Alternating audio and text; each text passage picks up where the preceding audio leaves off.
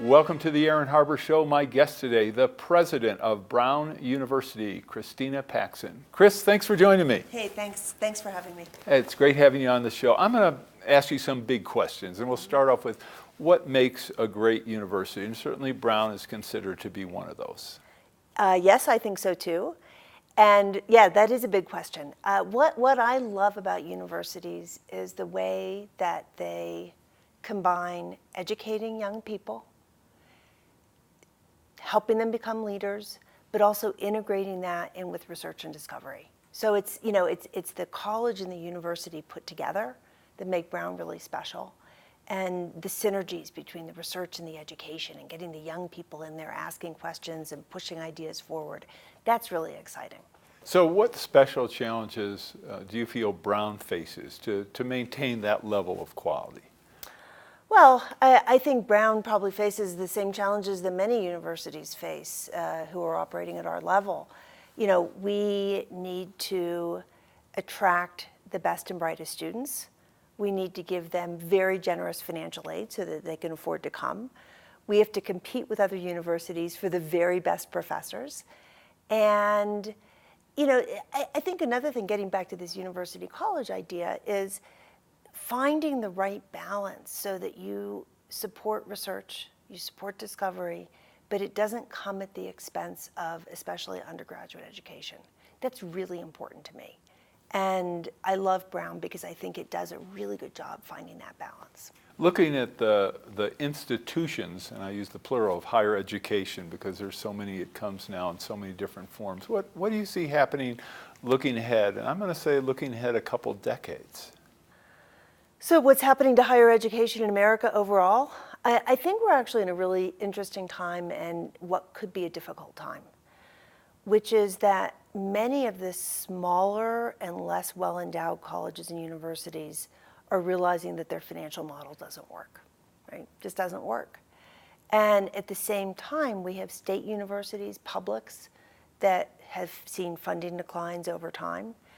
And at some point, right, at some point, people are going to say, you know, what's going on here, right? We want the best education for our children, but the colleges are not able to do it, given the financial model that they have right now. So it's getting that financial model right. Places like Brown, places Harvard, Princeton, Yale, even more so, because we have endowments that can support and help, you know, cover a lot of the costs of what we're doing, we're able to continue doing what we're doing at a very high level without making it impossible for students to come. So what about, do you feel there's a growing anti-elite university sentiment in this country? And if so, why is that? What can you do about it? I think there is an anti-elite sentiment. I think part of it is not something that we can do anything about as universities. I mean, we can talk about it, but we're not the driving force. The driving force is just broad political polarization in the country.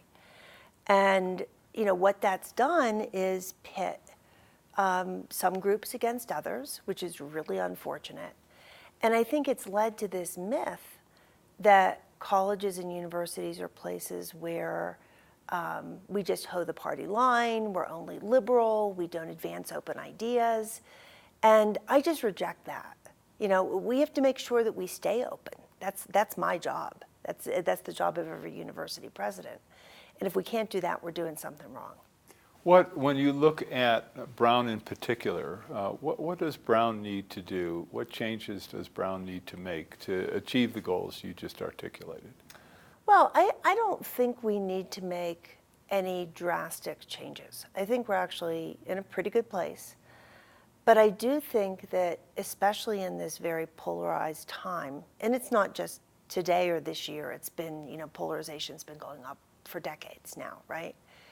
That we have to just be constantly vigilant, right? Constantly vigilant to make sure that when students come, they understand the purpose of a university. They understand that you can't advance knowledge if you don't have a free flow of ideas. That doesn't mean that you should be pummeling people and screaming obscenities at them. You shouldn't. But we have to help students bridge those gaps or else we're going to remain polarized as a country forever. Okay, you talked about the free flow of ideas. One of the controversies, of course, in higher education is the fact that some institutions are actually writing speech codes limiting free speech, telling students they have to demonstrate or even speak in certain areas. Is that happening much, and what's the situation at Brown? So I guess the question, I know you're interviewing me, maybe I'm not supposed to ask you questions. You're allowed to. But name one.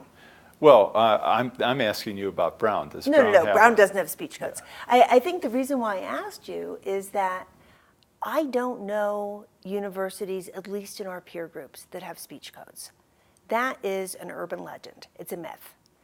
And, in fact, we're very, very clear at Brown that students have the right to speak. Faculty do too, staff do too. We're very open.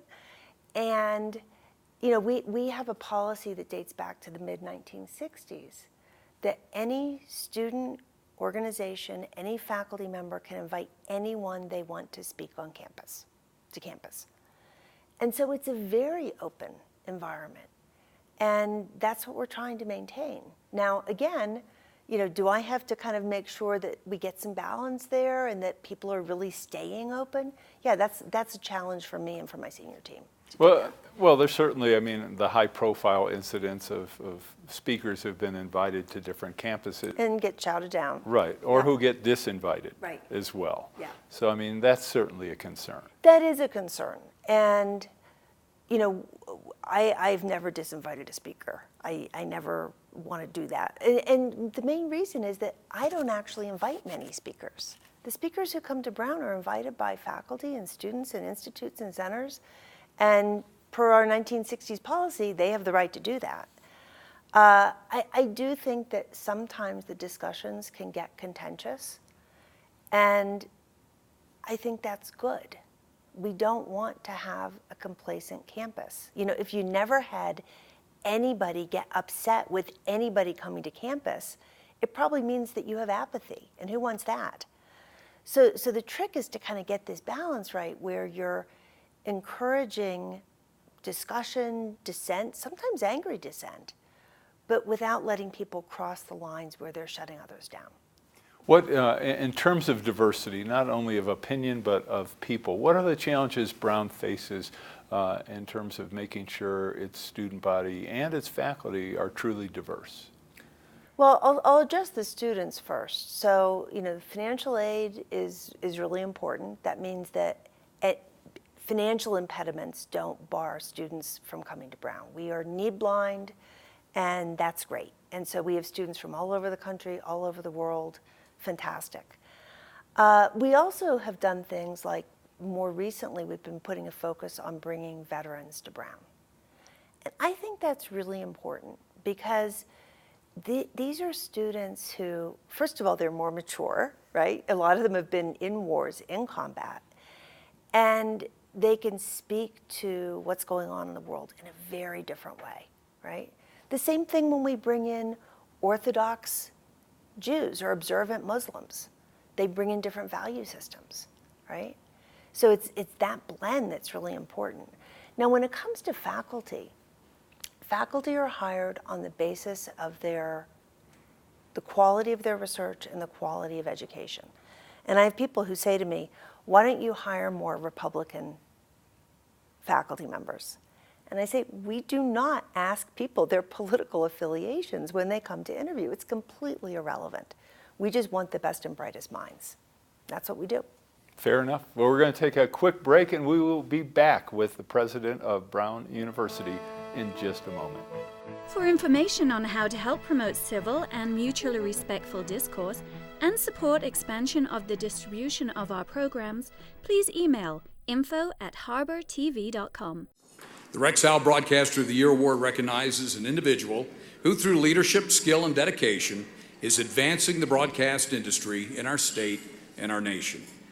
Tonight, we honor Aaron Harber. Aaron has worked extensively in the media as a host, producer, political and economic commentator, and columnist. Today, the Aaron Harber Show is the focus of his media involvement. Aaron, It is a privilege to present you with the Rex Howe Broadcaster of the Year Award. Congratulations.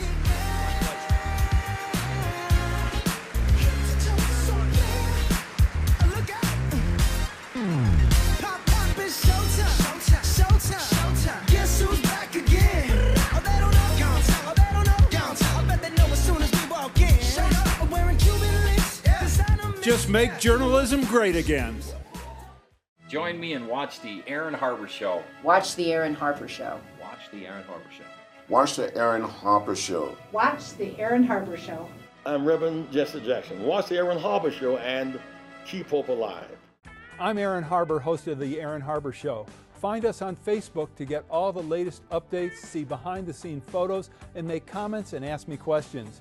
You can see episodes before their TV broadcast, so like the show today. I'm Aaron Harber, host of the Aaron Harber Show. I very much would like to hear from you about the program, so please send me an email with your thoughts. You can suggest what topics I should cover, what guests I should invite to be on the show, or even what specific questions you would like me to ask. This is your program, so send your suggestions to aaron@harbortv.com. I promise to personally read every one, so email me today. And most of all, thanks for watching. The Aaron Harber Show may be viewed 24/7 at no charge from any location in the world at www.harbortv.com. Welcome back to the show. I'm with the president of Brown University, Christina Paxson. So, Chris, what about the internet in Brown and the movement to massive open online courses, and some professors at different institutions putting entire courses online, basically for the world? What's your strategy? So yeah, our strategy, and it's interesting, just to like back up a little bit. I think 6 years ago, this was what everybody was talking about, right? Every university is going to be fully online. Kids are going to sit at home in their pajamas and go to college, right? That was the idea. You say that to parents, they would be horrified. They don't want that to happen. And that wave has died down. I think some evidence that MOOCs don't retain people as well as they should. People drop out, they don't stick with it. So there's been a little bit of backing off. Now, that said, I think that the use of the internet and the use of flipped classrooms, putting things out there online for the world, this is incredibly important. So Brown's strategy is twofold. One is that we have developed a set of executive master's programs. One's an MBA, one's an executive master's in cybersecurity, healthcare leadership, and technology management. And they're blended. So what that means is you have these great students, they're from all around the world. They come to campus, they spend a couple weeks, they bond, they get to know each other, they get some in-person instruction. And then they go off, and for the next 3 months, they're doing their coursework online. But because they have that base of knowing each other, they interact with each other, they work together, and then they'll come back together for another couple weeks. And it goes on like that until the program's over. And that's turned out to be a really fantastic model for Brown. We talked a little bit about the costs, and certainly those kinds of approaches can help reduce costs. Why? One question.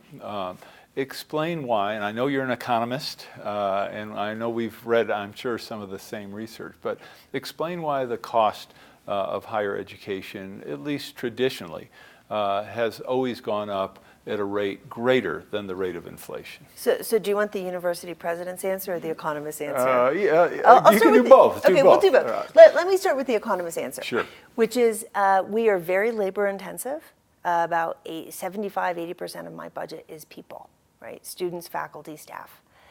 And the cost of people who are highly educated, the people we hire, has been going up faster than the rate of inflation. It's pretty simple, right? And you're in competition for them as well. And we're in competition for them. So, it's really hard to keep those costs down.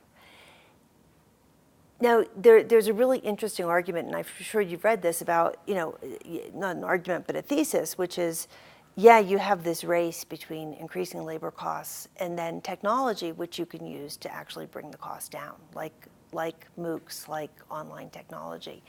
And the fact is, U.S. universities and universities around the world have been relatively slow to adopt technology that can potentially reduce the costs. And they're afraid of giving up on quality. They're afraid of giving up on those in-person interactions, and trying to find that balance is difficult. So that's the economist's answer, right?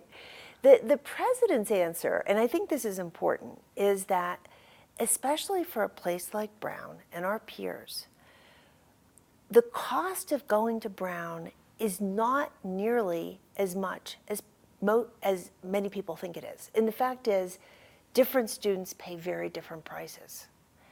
If you look at the average price that a student pays for Brown, put everybody together, average the amount that they really pay, it's gone up only slightly faster than the rate of inflation over the last 15 years. All right, and that's because Brown is very generous when it comes to financial aid. And yeah. a lot of people who are at the lower end of the financial scale don't realize that if you get accepted to a school like Brown, the odds are your entire education is going to be paid for.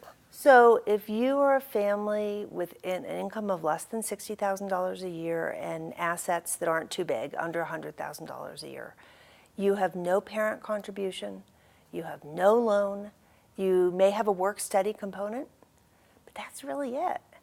And the rest is scholarship. The rest is scholarship, the rest is grant. And for students with incomes under $100,000, there are very large grant components. And in fact, starting next year, not a single student coming to Brown will have loans in their financial aid packages. We're removing all of them. That's fantastic. I know of a few other institutions who have. There are a few others who do it have too. done that, but I won't say and name any of the culprits. Another reason, of course, why costs go up, I think people don't realize, is that while it's true technology can help you reduce costs from a labor perspective, the cost of laboratories, the cost of science laboratories is exorbitant compared to what it was just 10 or 20 years ago. If you're equipping a lab, if you're building a structure for certain kinds of research, the per square foot cost can be $400, $500, $600 or more a square foot. That's absolutely right. And with pressure on the NIH and NSF budgets, federal budgets on finance, universities are actually putting in resources because our mission is to advance knowledge. That's what we're there for. So we have to make those kinds of investments. The other areas that have become more costly over time, student health care, right? Back in the day when I was in college, if a student had a serious health problem, mental or physical, they just left. They were told to go home. And now we have students who stay in college, and that's a great thing. But having the resources there to maintain their health and let them be productive students, it's not an inexpensive proposition. In loco parentis may have been expanded on that. Yes, exactly. Okay. To finish up the financial side from kind of the national picture, right now, graduates and students who have not been graduated owe something on the order of $1.25 trillion in student loans. That's right. How do we address that, especially when a lot of people don't realize this is one of the biggest debt components for the entire country? It is. It's a big problem. So I think there are 2 points here that are really important. One is that a large chunk of that debt is owned by a relatively small share of people, right? And by and large, there are people who have done one of two things. They've gone to very expensive, often for-profit, and I don't want to, there's some great for-profit institutions out there, but some of the ones aren't, and they rack up debt and they don't get value for what they've borrowed. That's the worst case. The worst case is when you go to college, you get debt and you can't pay it off because you can't get a job.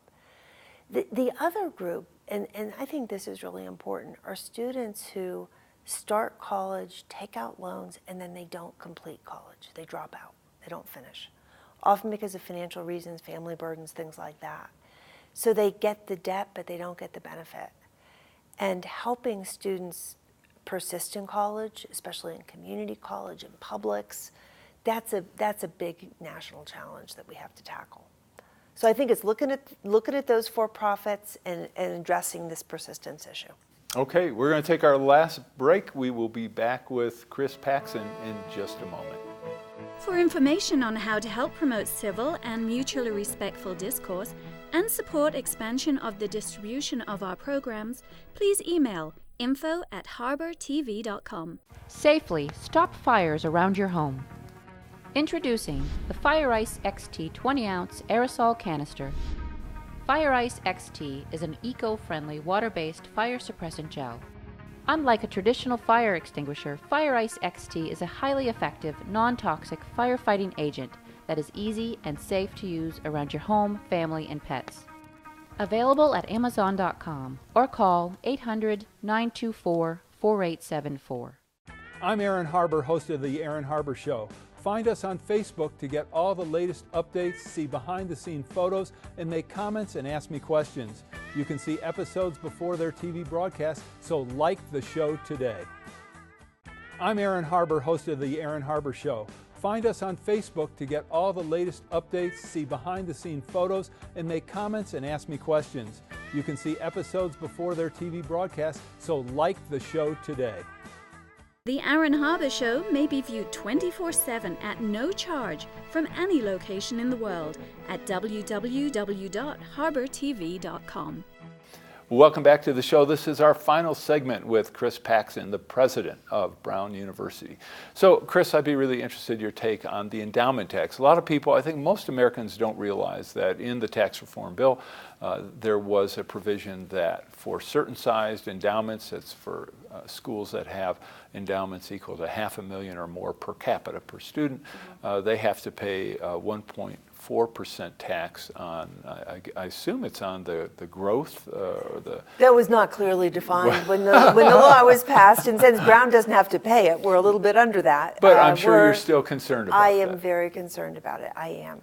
And the reason why I was so kind of puzzled by the legislation, maybe not puzzled, I know where it came from, but a lot of people... Well, this is part of the anti-elite theme. Anti-elite theme, but you know, I'm a policy person, right?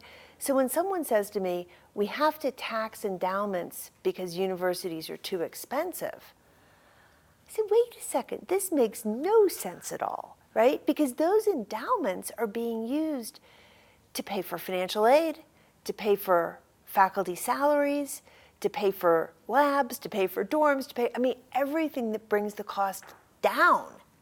That's what the endowment is there for.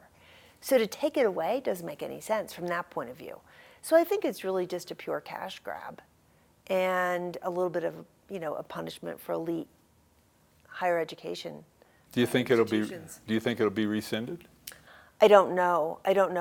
I think what I'm more concerned about is that once the federal government institutes an endowment tax, it becomes very tempting for state and local governments to follow suit. And that's something that we're watching really carefully. All right, I'm going to jump to civic education, where I think there seems to be fairly widespread agreement across the country that many Americans really don't know much about civics. They don't know about our founding documents, the Constitution, Declaration of Independence, Federalist Papers, whatever. Yep. Does Brown have any kind of requirement to teach or to make sure that when students have graduated, they actually know something about this country? So I am smiling because what Brown is really famous for, and something that I actually love, is we have an open curriculum, which means that except for the requirements of 2 writing intensive classes, students take what they want. Now, they have concentrations, they concentrate in biology or English, and all the requirements are there, but there is not a core. Now, that said, if you actually look at the data, students at Brown are taking courses across the disciplines.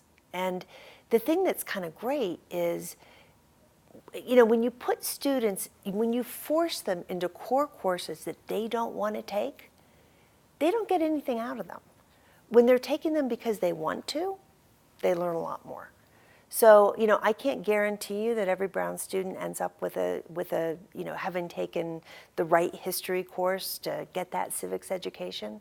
But I do know that when I speak to my students, they are knowledgeable about the world, they're engaged, they're informed. I think they're terrific. I assume there's less of a need these days for students to take any kind of information technology course.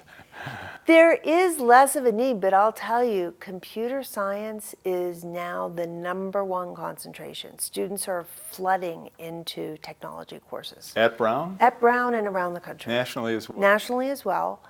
And I think a lot of that is, one, that's where the jobs are. Two, even the students who aren't majoring in computer science, I think they understand that if they're going to just be able to navigate the world, they have to understand what's happening here. And they get the excitement about AI and machine learning, and they want to know what it is. I think it's great.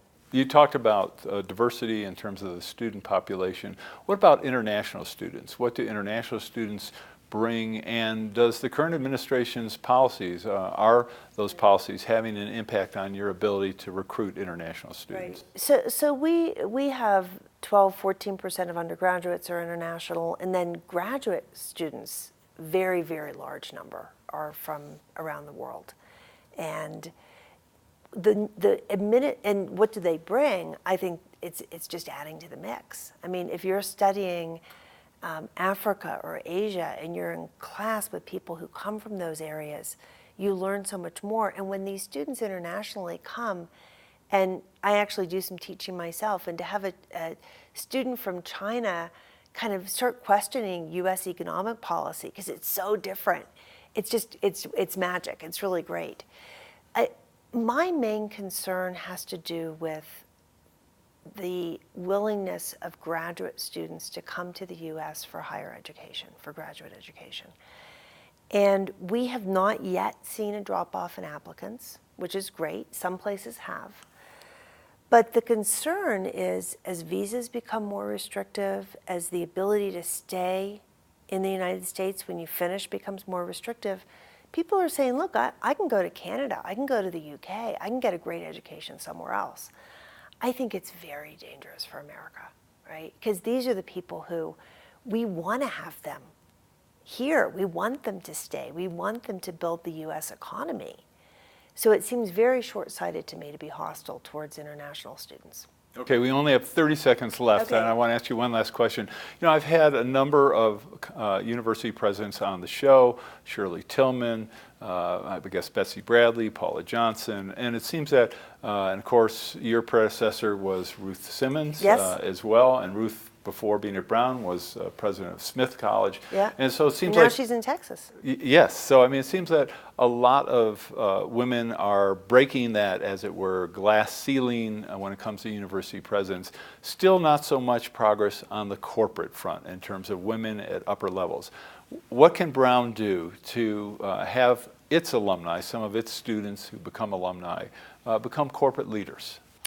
Well, that's a really good question. And you know, we are doing a lot with mentoring programs for women to help them understand how to navigate their way into the world of work. So a very great mentoring network where women alumni mentor women students. And I think it's important. You know, when you have a student who's negotiating an offer from Google and has competing offers from different firms, she needs to know what she can do to get the best deal possible. And it's something that I think men have traditionally done very easily, and women maybe not so much. Well, that's a great start. Chris, thank you so much. Thank you. That was Chris Paxson, the president of Brown University. I'm Aaron Harber. Thanks for watching.